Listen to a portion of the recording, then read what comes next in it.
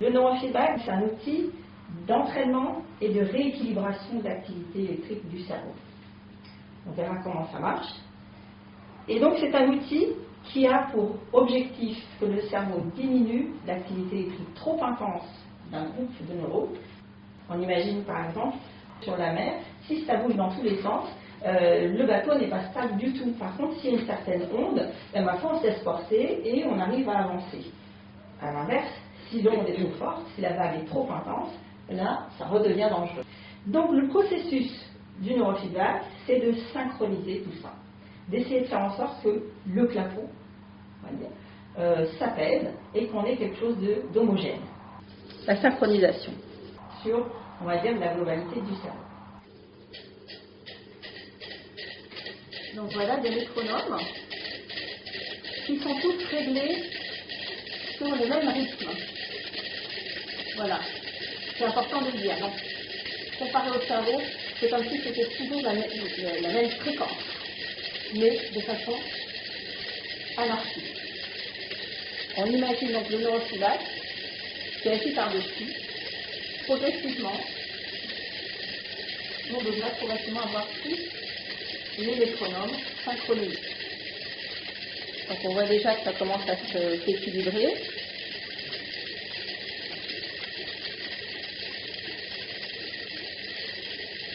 Donc difficile d'avoir une information très claire. Hein.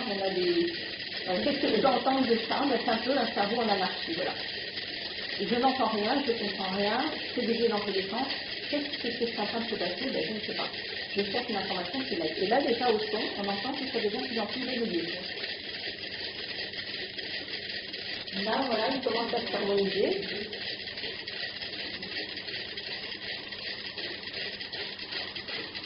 Là, on entend un peu le rythme des soldats, on entend un réveil, voilà. On a quelques réveils, on en a un notamment, je pense que c'est pas ça comme tout le monde. Mais là, globalement, voilà, on en a un qui s'est synchronisé, mais à l'envers. Voilà. C'est le rebelle. Et là, maintenant, voilà, tous les métronomes ont fini par se synchroniser. Donc, on a quelque chose d'audible. On a une information, on a un rythme. On est capable maintenant de marquer la mesure. Alors qu'au début, ça fait tac, tac, tac, tac. C'est difficile d'avoir quelque chose de cohérent. Donc, le neurofeedback a comme vocation, on va dire, de produire dans les activités électriques du cerveau ce type d'effet. Je synchronise de telle sorte que ce soit homogène et que finalement le son soit régulier. Quand je dis le son, c'est l'activité en réalité. Donc voilà, mais finalement notre rebelle, il a fini par rentrer dans le rang. Comme tout le monde. Donc voilà, déjà, donc c'est pour illustrer un petit peu ce qu'on attend des effets du neurofeedback sur l'activité électrique neuronale. Alors, comment ça marche? À votre avis, voilà. Comment ça marche? Oui, vous avez peut-être déjà tous fait, peut-être pas, des neurofeedback. Non. Donc, qu'est-ce que c'est que ce système? Donc, j'ai dit inhibiteur. Comment ça marche? Quel est le processus? Parce que c'est bien gentil, mais là, on voit que les métronomes se mettent en synchronisation, mais en même temps, ils sont sur un support qui lui-même n'est pas fixe. S'ils avaient été sur un support fixe, ils ne se seraient jamais synchronisés. C'est tout simplement parce que la vibration des métronomes a apporté au support qui était sur, on va dire, des rouleaux, légèrement amovibles, ce petit mouvement d'oscillation a impulsé au métronome une espèce d'oscillation, donc comme une vague dont on parlait tout à l'heure, qui va progressivement faire en sorte que les métronomes se calment, parce que l'oscillation va les obliger à modifier légèrement leur rythme, enfin le rythme, non, à se caler sur le mouvement, ce qu'on appelle la résonance, tout simplement. Et donc la résonance, quand il y a trop de synchronisation dans les neurones, on a des pathologies comme l'épilepsie. Donc le neurofeedback, pour en revenir à notre thème quand même, donc c'est un outil, oui, c'est un outil informatisé qui fonctionne avec un encodeur, amplificateur. Et donc on positionne les électrodes sur le crâne, amplificateur tout simplement parce que l'activité du cerveau s'exprime en microvolts. c'est extrêmement faible. Donc les électrodes, qu'est-ce qu'elles vont faire? Elles vont enregistrer. Donc on les positionne avec une pâte conductrice qui contient du sel, tout simplement que le sel est conducteur, qui va capter ce qui se passe à la surface de la peau et à peu près à 4 cm de profondeur à l'intérieur du cerveau. Ça ne va pas beaucoup plus loin, hein. C'est pas un stéthoscope géant. Et amplifier donc le signal que le cerveau va émettre. L'amplifier, premièrement, et ensuite l'envoyer au logiciel, parce que ce sera branché en USB, hein. Encoder. Pourquoi encoder? Parce que l'activité électrique du cerveau, donc, ce sont des microvolts, mais le logiciel, lui, il ne va pas travailler avec des microvolts. Il va travailler avec des fréquences, donc des hertz. Donc ce qui va se passer, c'est quoi? C'est qu'on va percevoir un signal, et maintenant, qu'est-ce que j'en fais? Qu'est-ce que je comprends de ça? Là, comme ça, pas grand-chose, exactement. Et ça, c'est une activité de plusieurs fréquences mélangées. Voilà. C'est tous mes métronomes à la fois, sachant que là, ils ne sont pas tous au même rythme. Dans le cerveau, on a des fréquences qui vont de 0,1 Hz jusqu'à 128. Le neurofeedback ne travaille pas jusqu'à 128. Hein. Il s'arrête avant, en général à 40 ou 42, ça dépend du système. Il peut aller jusqu'à 80. Et un Hertz, c'est une unité de mesure d'une impulsion en une seconde. Voilà. Donc un Hertz, c'est un signal en une seconde. Donc 2 Hertz, 2 signaux en une seconde, 3 Hertz, etc. Donc 42 Hertz, ça veut dire que j'ai 42 signaux en une seconde. Le cerveau, c'est pas un son, mais c'est quand même une impulsion, donc c'est une fréquence. Voilà, les fréquences, c'est ça. Donc dans le cerveau, on a des fréquences de 0,1 Hz. On analyse, on ne travaille pas dessus vraiment, en tout cas pas avec ce système-là, jusqu'à 42 Hz. C'est-à-dire qu'en fait là-dedans, on a mélangé toutes ces activités à but 3 du 4 du 5 du 10 et tout. Donc ça fait un signal, ça, et on peut strictement rien en faire. On ne peut rien en faire. Ce qui se passe, c'est que le logiciel, d'ailleurs quelques logiciels que ce soit, hein, de neurofeedback, pas ce système-là en particulier, ça va faire le logiciel, donc, amplifier, encoder, et transformer le signal en, on va dire, des différentes fréquences qui ont été perçues. En clair, l'encodeur et le logiciel ont comme fonction de traduire en fréquence l'activité électrique du cerveau qui s'exprime en microvolts. Concrètement, j'enregistre un concert, et maintenant j'aimerais savoir ce que joue tel violon, ce que joue telle trompette, ce que joue telle voix, etc. Maintenant, je veux avoir la partition de chacun des instruments, parce que je suis chef d'orchestre. Donc le logiciel, c'est le chef d'orchestre. Et donc il va écouter la symphonie que chaque personne a dans son cerveau, produite par chacune de ces fréquences qu'on va imaginer être chacun un groupe d'instruments. Voilà. Donc quand on a une décomposition de l'activité électrique du cerveau, déjà, on peut imaginer que les violons, ce sont les basses fréquences, donc on dit, les violons, ils sont très actifs. Et puis là, les trompettes, pas trop. Après, ça ne veut pas dire que c'est bien ou que c'est mal. Ça dépend. Mais on a déjà une image de ce que l'orchestre fait. Tels instruments jouent bien, d'autres moins, on les entend plus, on les entend moins. Voilà, ça c'est votre symphonie personnelle et elle est unique. Donc il n'y a pas deux cerveaux pareils, donc les séances ne sont pas standardisées. Puisque les cerveaux sont tous différents. Donc si moi j'ai des violons très actifs et qui sont trop actifs, il va falloir que j'essaye d'apaiser mes violons. Mais si c'est autre chose qui est très actif, ça sert à rien, j'apaise mes violons. Le problème n'est pas là. C'est pourquoi, dans tous les systèmes, il y a la possibilité de moduler et d'adapter les séances en fonction de ce que la personne dit, première chose, de ce qu'elle ressent, de ses troubles, de ses symptômes, et on va essayer d'adapter en fonction de ce qu'on voit, de ce qu'on perçoit. Là, il y a vraiment un déséquilibre sur une activité par rapport à une autre. On n'a jamais deux fois le même cerveau, parce qu'on n'a jamais deux fois la même personne, effectivement, en face de soi. D'une séance à l'autre, d'un jour à l'autre, on se modifie en permanence. Et le neurofeedback vient s'ajouter à cette modification déjà naturelle, parce qu'il va inciter le cerveau à se modifier, mais pas à se modifier n'importe comment. Il va l'inciter à s'améliorer. Alors, comment c'est possible? Tout simplement parce que ça n'est pas un outil d'action, dans le sens où, si le cerveau n'est pas prêt, il ne réagira pas. Alors, comment ça se passe? Donc, on a parlé des électrodes, qu'on va positionner donc sur le crâne.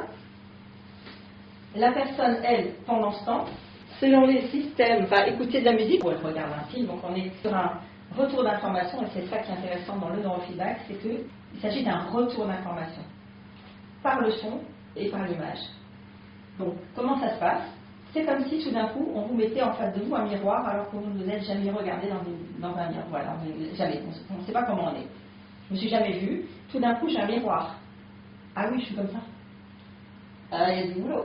Alors, moi, c'est, oulala, il y a tout à refaire, par exemple. Donc, une personne qui est en grande souffrance, en dépression, par exemple, c'est un peu ça. C'est, oh là là, quel chantier, je ne me voyais pas comme ça, je suis en souffrance, je sais que je ne suis pas bien, mais alors là, je visualise. J'ai un miroir en face de moi, et mon miroir, qu'est-ce qu'il va me dire? Ben, il ne va rien dire, parce que le miroir ne dit rien. Le miroir, il est juste là pour informer. Donc, le neurofeedback, c'est une information. Et ça s'appelle feedback, parce qu'en anglais, feedback, voilà, c'est un retour d'information sur l'activité neuronale. Donc c'est, pour une fois, enfin, je sais ce qui se passe dans mon cerveau. Quand je dis je sais, c'est un bien grand mot. Mon cerveau a un retour d'information. Comment? Par le logiciel chef d'orchestre. Le logiciel chef d'orchestre, qu'est-ce qu'il fait? Il écoute la symphonie, il a la partition de ce que joue. Alors lui, il n'a pas la bonne partition, il a la partition de ce que les musiciens jouent. Mais lui, c'est un chef d'orchestre. Donc il sait, il sent, il comprend que là, il y a un dysfonctionnement, comme au métronome tout à l'heure. Ça ne va pas du tout, vous ne jouez pas en phase. Et donc, qu'est-ce qu'il va faire? Eh bien, il va envoyer un signal au cerveau à chaque fois, ou presque, c'est pas tout à fait à chaque fois, parce que sinon, on ne pourrait plus, le cerveau ne réagirait plus parce que ça ferait trop d'informations d'un coup, mais à chaque fois qu'il y a un excès significatif d'une activité dans le cerveau par rapport à une autre. Et là, il va signaler. Alors, le signal, c'est une micro-coupure du son. C'est-à-dire qu'en fait, le son, tout d'un coup, on coupe le son et on le remet. On coupe, on le remet, on coupe, on le remet, tout simplement. Donc, on va le couper à chaque fois que, finalement, un ou plusieurs instruments ne jouent pas correctement. Et donc, qu'est-ce qui va se passer? C'est que le cerveau, progressivement, va faire le lien. Tiens, c'est bizarre, à chaque fois que je fais ça, il y a quelque chose. Et donc, progressivement, il va faire le lien entre le feedback, retour d'information, son propre fonctionnement. Ce qui va se passer, c'est que c'est comme si chacun des musiciens disait est-ce que c'est à moi que ça s'adresse? Et là, le chef d'orchestre dit là, ça va pas. Ça va pas. Ça va pas. Je comprends rien. Et donc, ce qui va se passer, c'est que finalement, chaque instrument va se dire est-ce que c'est à moi que ça s'adresse? Qu'est-ce que je fais ou qu'est-ce que je fais pas? Et progressivement, essayer de s'auto-réguler. L'autre système, lui, fonctionne un petit peu différemment, même si la base est la même. La base, c'est quoi? C'est enregistrement d'un signal, décodage du signal, transformation du signal en ce qu'on appelle un histogramme. Un histogramme, c'est finalement une barrette ou une barre qui va correspondre à chacune des fréquences. C'est la traduction de ce qu'on avait tout à l'heure en fréquence. Et là, ça devient tout de suite plus clair. On voit que certaines fréquences sont quand même bien plus élevées que d'autres. Alors là, évidemment, c'est statique. Là, c'est une image qui a été prise à un moment. La mesure, elle est faite 256 fois par seconde. On n'aura pas 256 images par seconde, ça ne sert à rien, l'œil ne peut pas suivre. Donc il y a une mesure 256 fois par seconde et une restitution de l'information toutes les demi-secondes à peu près, enfin je pense que ça change à peu près, ou quart de seconde. Où du coup, ça nous donne l'illusion d'un mouvement. Il n'y a pas de mouvement réel, c'est des histogrammes qui vont se superposer comme ça les uns après les autres, qui vont nous donner l'illusion d'un mouvement comme ça et nous donner l'impression, et nous donner des informations sur ce qui se passe. Et c'est à partir de là qu'on voit si le cerveau dysfonctionne ou si au contraire l'activité est homogène.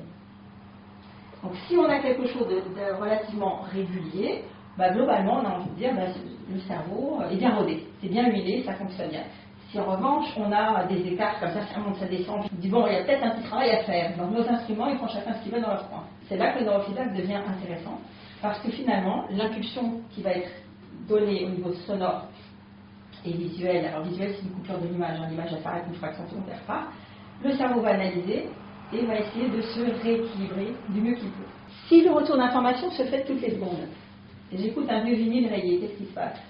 La rayure est toujours au même moment. Donc le cerveau il fait abstraction parce qu'il l'attend. Il sait que ça va venir, donc il ne va jamais réagir. Parce que finalement, le neurofeedback, c'est un peu comme écouter un vieux disque rayé, dans le fond. C'est, à un moment, le son est coupé. Or, on n'a jamais réussi à traiter qui que ce soit en écoutant un disque rayé. Parce que la microcoupure, déjà, elle est régulière, et elle n'intervient pas forcément en corrélation avec l'activité électrique du cerveau. La microcoupure n'a pas de lien avec l'activité du cerveau. Donc le cerveau ne comprend pas. Ici, il comprend qu'il faut qu'il fasse abstraction. Donc il ne va pas réagir. Donc le neurofeedback, sa particularité, c'est que c'est en corrélation avec l'activité électrique de chacun. D'où la réaction. Parce que ça me correspond. Comment ça se passe? Ça va se passer de cette manière-là. Donc ça, c'est ce qu'on appelle une courbe de Gauss. Donc la courbe de Gauss, en fait, c'est une loi mathématique qui permet, d'une certaine manière, de concrétiser toutes les activités aléatoires. En fait, l'activité du cerveau, c'est aléatoire. Il n'y a pas de cycle, comme la marée. On peut faire un horaire des marées.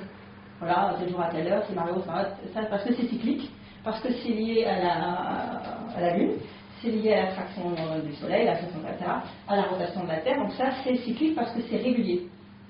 Donc on peut faire un horaire. Mais le cerveau, rien n'est régulier. Il suffit que j'ai un choc émotionnel, ça y est, je dis, je suis pressé, je respire mal, je nage, je fais n'importe quoi. Systématiquement, je suis dans une activité différente. Donc on ne peut pas faire un horaire démarrer du cerveau. C'est pas possible. Donc qu'est-ce qu'on fait dans ces cas-là? Eh bien, on va prendre l'information du cerveau, 256 fois par seconde, et à force de prendre cette information, on finit par avoir une espèce de courbe qui ressemble à l'activité du cerveau. Alors en fait, ces courbes-là sont utilisées pour le poids, par exemple, des enfants. Taille pour le rapport taille-poids. C'est une courbe de Gauss, obligatoirement. Est-ce que mon enfant est dans la norme ou il n'est pas? Ben, s'il est là, c'est qu'il est trop petit, trop léger. Voilà. Là, c'est à l'inverse, il sort de la norme. Il est trop grand, trop lourd. Ça ne veut pas dire qu'il est malade, ça veut dire qu'il n'est pas dans la norme, c'est tout. Et c'est quoi la norme? C'est la majorité des gens. Et dans le cerveau, c'est exactement le même principe. La norme, c'est l'activité que mon cerveau fait en majorité. Dès qu'il y a un dépassement significatif d'une activité, alors moi je dis, tiens, là on n'est plus dans l'habitude, on est dans quelque chose d'exceptionnel.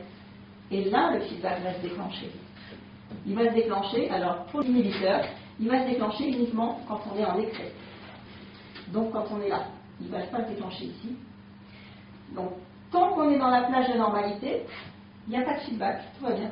Donc en fait, le fait qu'il n'y ait pas de microcoupure, ça indique au cerveau, nickel. Avec l'autre système, tant qu'on est dans la plage de normalité, on a un système de récompense, qu'on appelle un reward, qui indique au cerveau c'est bien. Et à partir de là, quand on sort des plages de normalité, ça devient plus bien. Et donc là aussi, on a une information comme quoi ça devient plus bien. Alors concrètement, à l'image, c'est bien, l'image est très nette, très claire, parfaite. Je sors des plages de normalité, plus je m'éloigne, plus ça devient sombre, plus ça s'obscurcit, plus ça se brouillardise, et finalement ça ne devient pas net du tout. Ça veut dire quoi? Que mon cerveau sort des plages de normalité et qu'il sort trop. Alors si ça devient tout noir, c'est qu'on est parti beaucoup trop loin. Qu'est-ce que je peux faire? Qu'est-ce que je peux faire dans ces cas-là? Alors avec le neurofeedback et l'inhibiteur, rien. Parce que c'est un neurofeedback passif, dans le sens où la personne n'a rien à faire, ne peut pas comprendre dans le sens où elle n'a pas suffisamment d'informations, parce que le feedback c'est une micro-coupure, elle a en général qu'à se laisser porter, respirer, ça c'est important pour essayer de progresser, et ce que le praticien peut lui redonner comme information, c'est ce qu'il a vu, qu'est-ce qui s'est passé pendant la séance, qu'est-ce que votre cerveau a fait pour l'aider ensuite à progresser. Tiens, pendant la séance par exemple, vous étiez trop dans l'anxiété, essayez de respirer, ou bien au contraire, vous étiez crispé sur le plan corporel, essayez de vous détendre. Après voilà, la personne elle peut savoir ce qu'elle fait, mais elle ne peut pas prendre conscience que ça se voit sur l'écran et que ça indique que son cerveau est entre guillemets en souffrance et qu'elle peut agir. A l'inverse, l'autre système, il est actif. Pourquoi? Parce que l'image à l'écran, vous verrez tout à l'heure, vous indique tout de suite qu'il y a quelque chose qui ne va pas, mais vous ne savez pas quoi. Mais il y a quelque chose à faire. Qu'est-ce que je peux faire? En général, d'abord respirer, voir ce qui se passe quand je respire plus profondément. Développer des stratégies. Le neurofeedback, ça fonctionne avec plage de normalité, je sors des excès, j'ai un signal, dans les grandes lignes. Comme je ne suis pas en formation non plus, je ne vais pas rentrer dans les détails, mais voilà. C'est pour vous donner une information de quand est-ce qu'il y a un feedback et pourquoi. Alors le cerveau, on a des lobes. Donc le lobe frontal, effectivement, dans les gens qui ont tendance à cogiter, à ressasser, à avoir du mal à déconnecter, c'est souvent cette partie-là qui est trop active. Voilà, lobe frontal. Donc c'est là aussi on a l'organisation, la planification, le jugement, etc. La colère, les émotions, le type, quelqu'un en dépression, par exemple. Quelqu'un en dépression, c'est au niveau du lobe frontal en particulier que ça se passe. Et il y a une asymétrie. C'est-à-dire qu'on a un lobe qui va travailler beaucoup plus que l'autre. Et donc il y a un déséquilibre de l'activité électrique des deux hémisphères. Donc le travail du neurofeedback, justement, c'est d'inciter les deux hémisphères à retravailler ensemble, à se reconnecter pour que l'information soit homogène, comme nos métronomes de tout à l'heure, hein, gauche-droite, non, on travaille ensemble. La dépression, c'est souvent un circuit fermé. Je tourne en boucle sur un réseau de neurones, mais j'arrive pas à en sortir. Et donc le neurofeedback va inciter le cerveau à déconnecter et reconnecter. Donc c'est toujours activation, désactivation d'un système. J'active, je désactive, j'active, je désactive, je branche, je débranche, etc. Donc je teste et j'essaye jusqu'à ce que je réussisse à trouver la bonne connexion, celle qui va m'aider à avancer. Donc le neurofeedback, c'est un tâtonnement. Ce qui explique pourquoi il est rarissime qu'une personne aille bien comme ça. Voilà. Je vais très mal, puis je vais très bien. Ça arrive, heureusement, mais la plupart du temps, on va bien, puis ça va un peu moins bien, puis ça remonte, puis ça redescend, ça remonte. Pourquoi? Parce que le cerveau cherche. Avant de trouver la bonne solution, il va chercher, il va tester. Donc le cerveau, c'est d'abord ça, donc le lobe frontal, le lobe temporal, le lobe occipital, donc là, l'aire de la vision est derrière, le lobe pariétal, le lobe central. En neurofeedback dynamique, qui s'appelle dynamique, hein, celui-ci, on positionne les capteurs sur le lobe central, donc à ce niveau-là. Le standard veut qu'on les positionne là. Alors pourquoi? Parce qu'ici, on a des informations quand même d'une bonne zone, et notamment, le lobe central a la particularité d'avoir la possibilité d'être connecté avec d'autres parties du cerveau, parce que là, on est sur le cortex. En C3, enfin, ça s'appelle C3, C4, un lobe central gauche, un pair à gauche, un pair à droite. On est là, et donc on a des informations aussi du cerveau mammalien, ou limbique. Le cerveau limbique, c'est le cerveau qui va gérer les émotions en particulier. Et donc, c'est comme ça qu'on peut avoir accès à une modification, entre guillemets, d'un processus d'émotion, et faire en sorte que les gens, finalement, s'apaisent, et que les émotions ne soient pas aussi intenses. Le cerveau, lui, est constitué en fait de 3 cerveaux, en réalité. Donc un premier cerveau, qu'on appelle le cerveau reptilien. Donc reptilien, pourquoi? Parce que ça sert à ramper.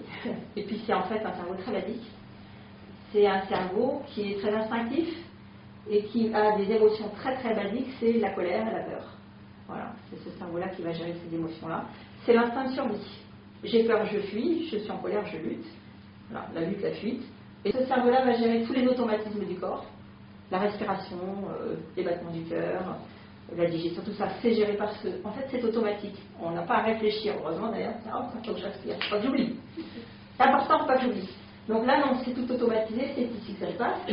On a le corps calleux qui, lui, est un corps fibreux qui sert de connexion avec tout le reste du cerveau.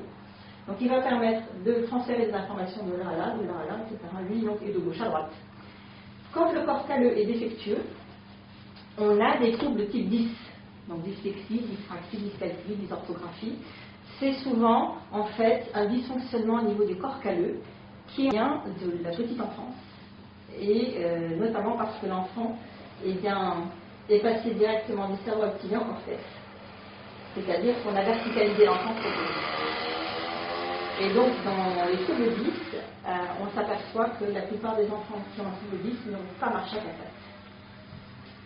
Ils sont passés directement du coucher à verticalisation, ou alors ils ont avancé sur les fesses, comme ça. Ils ont trouvé un système de déplacement autre que le 4 pattes. Or, le 4 pattes est essentiel parce que, justement, il favorise la latéralisation gauche-droite. Et donc, ça favorise le développement du corps calleux, le transfert de l'information de l'hémisphère gauche à l'hémisphère droit, et inversement, la latéralisation gauche-droite, etc.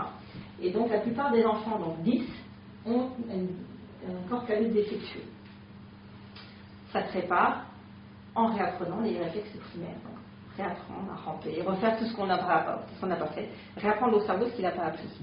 Le neurofeedback peut favoriser, mais ça ne fait pas tout, de ce côté-là en tout cas. Et enfin, les aires cérébrales.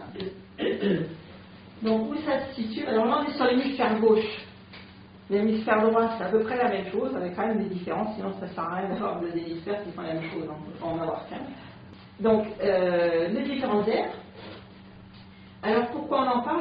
Parce que le neurofeedback dynamique, lui, positionne à peu près ici, mais le neurofeedback actif, donc lui positionne les capteurs, les électrodes, en fonction des symptômes. Et donc, on va positionner les électrodes, si la personne a des troubles visuels, on va positionner d'abord sur l'aire visuelle. Si la personne, on va dire, a des troubles de latéralisation, maintenant on va positionner sur le lobe temporal gauche-droite et essayer de faire travailler. Donc voilà, les deux méthodes sont différentes, une approche symptomatique et une approche globale. Donc les deux sont intéressantes, les résultats sont satisfaisants avec les deux méthodes. Maintenant, moi j'utilise les deux, j'utilise davantage le neurofeedback dynamique pour la dépression, parce que j'ai trouvé très efficace, entre autres. Et le neurofeedback activateur davantage sur les troubles de la mémoire, de la compréhension, de la concentration, où on a besoin vraiment de remettre en route quelque chose qui est en déficit. Pour les troubles du sommeil, je pense que alors, pour le trouble du sommeil, c'est très particulier parce que c'est multifactoriel. Donc ça peut être effectivement besoin d'apaisement, mais ça peut être physiologique, ça peut être alimentaire, ça peut être comportemental, ça peut être X facteurs. Donc dans ces cas-là, le questionnaire de base est essentiel. Voilà. Qu'est-ce qui se passe? Comment vous vivez? Qu'est-ce que vous mangez? Comment vous oxygénez?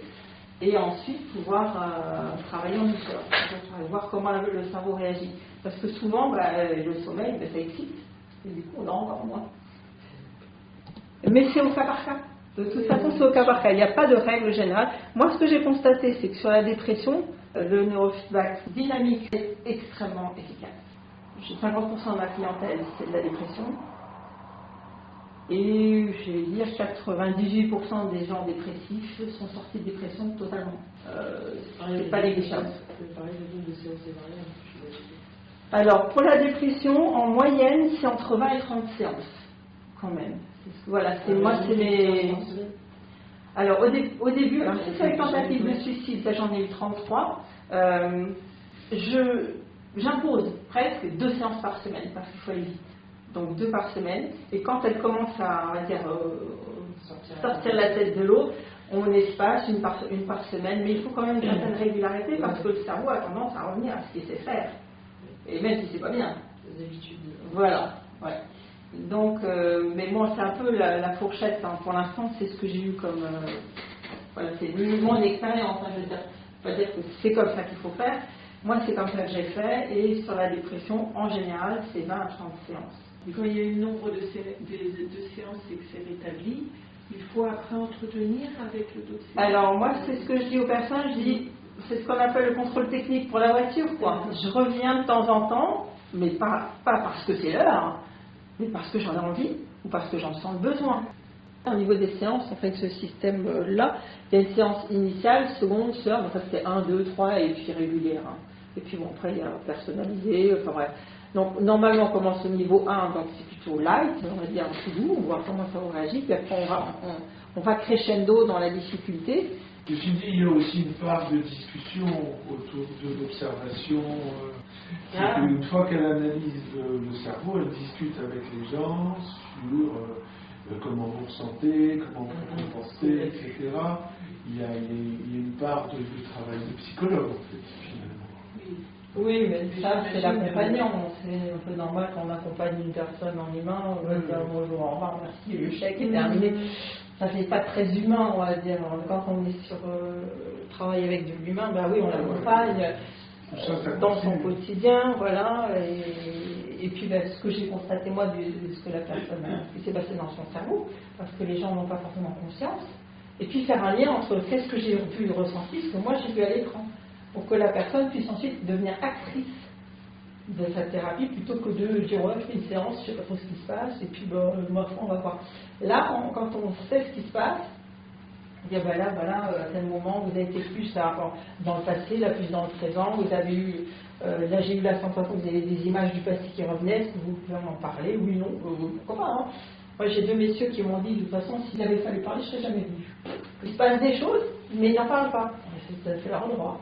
Mais la plupart des gens vont expliquer, ben, j'ai eu telle image, j'ai eu tel souvenir qui est revenu, telle personne qui est décédée, qui est revenue. Donc on sait que le cerveau est en train d'essayer de travailler, évacuer cette souffrance-là. Voilà, donc le souvenir ne revient pas par hasard. C'est qu'il y a un travail qui se fait. Et ce messieurs donc, qui ne voulaient pas en parler, est-ce qu'ils sont quand même parvenus à sortir de Oui, la souffrance? oui. Alors en fait, moi je savais de quoi ils souffraient, mais eux n'avaient pas du tout envie d'en parler. C'est tout à fait. On n'est pas psychothérapeute, hein, on n'est pas psychologue. On est là pour aider la personne.